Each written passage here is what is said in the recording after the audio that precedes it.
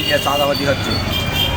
আপনার স্টেশন থেকে, লিলি মোড় থেকে, মোড়ার মোড় থেকে, চরকি পর্যন্ত সন্ধ্যার পর থেকে বাড়াচ্ছে। রাত 10টা 11টার মধ্যে চাঁদাবাজি করতেছে। দিনাজপুর মানুষ অতিষ্ঠ হয়ে গেছে। ছোটো ছোটো বাচ্চাদের জোরপূর্বক সুর দিয়ে এইভাবে করতেছে। এইভাবে দিনাজপুরের মানুষ এক জবাব চায়।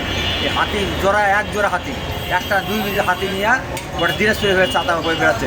চাঁদাবাজি হয়ে গেছে। মানুষ কেউ ডাকাতি করতেছে, কেউ সিঁড়ি করতেছে, এরা হাতির সুর দিয়ে আর একটা আপনার চাঁদাবাজি করতেছে।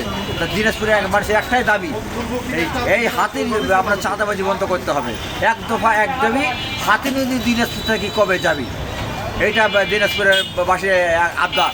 আগেকার লোকজন, লিলিমার লোকজন বিশ্লেষণ হয়ে গেছে। ওরা কত কষ্ট করে দোকানদারি করতেছে। এই দোকান কাস্টমার আছে, কাস্টমার নাই, সন্ধ্যার পাশে পড়াশি সুর দিয়া করতেছে, সুর দিয়া হাতি চাঁদাবাজি করতেছে।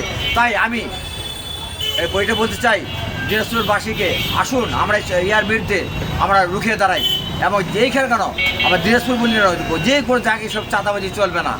চাঁদাবাজি করা এটা অন্যায়, হাতি দিয়া এটা অন্যায়। কি হাতিতে চাঁদাবাজি হচ্ছে? তাই তো হচ্ছে। ও, কটা হাতি ছিল? দুটো না? 2টা হাতি ছিল। কি করতেছে হাতি দিয়ে? হাতি দিয়ে চাঁদা উঠাচ্ছে দোকানে দোকানে দোকানে দোকানে। তো কেউ কিছু বলতেছে না? না, কেউ কিছু বলতেছে না। ভয়।